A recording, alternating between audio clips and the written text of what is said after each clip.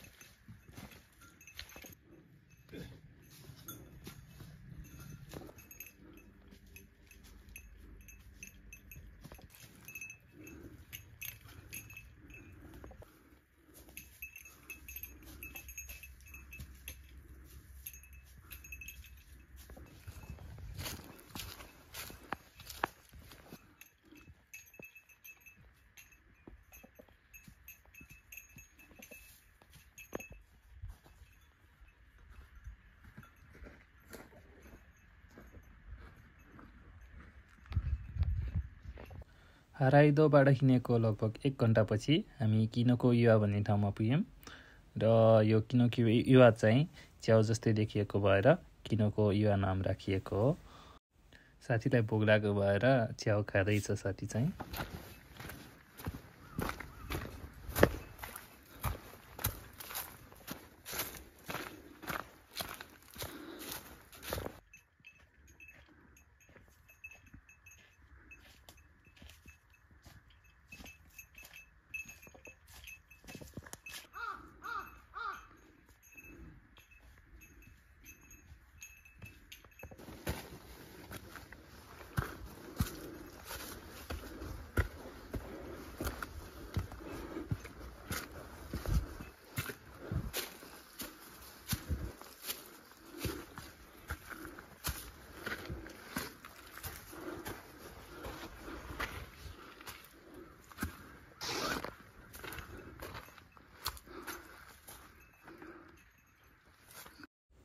र पार्किङबाट हिँडेको 2.5 घन्टा जति पछि हामी चाहिँ बल्ल कुनिमिदाकेमा पुग्यौँ र कुनिमिदाकेभन्दा अलिकति तल गएपछि यहाँ एउटा इसिमोन भन्ने छ। यो एउटा ढुङ्गाले बनिएको गेट भएर इसिमोन बनिएको र मोमो जस्तो देखिने भएर मोमो-युवा भनिने एउटा ढुङ्गा पनि रहेको छ।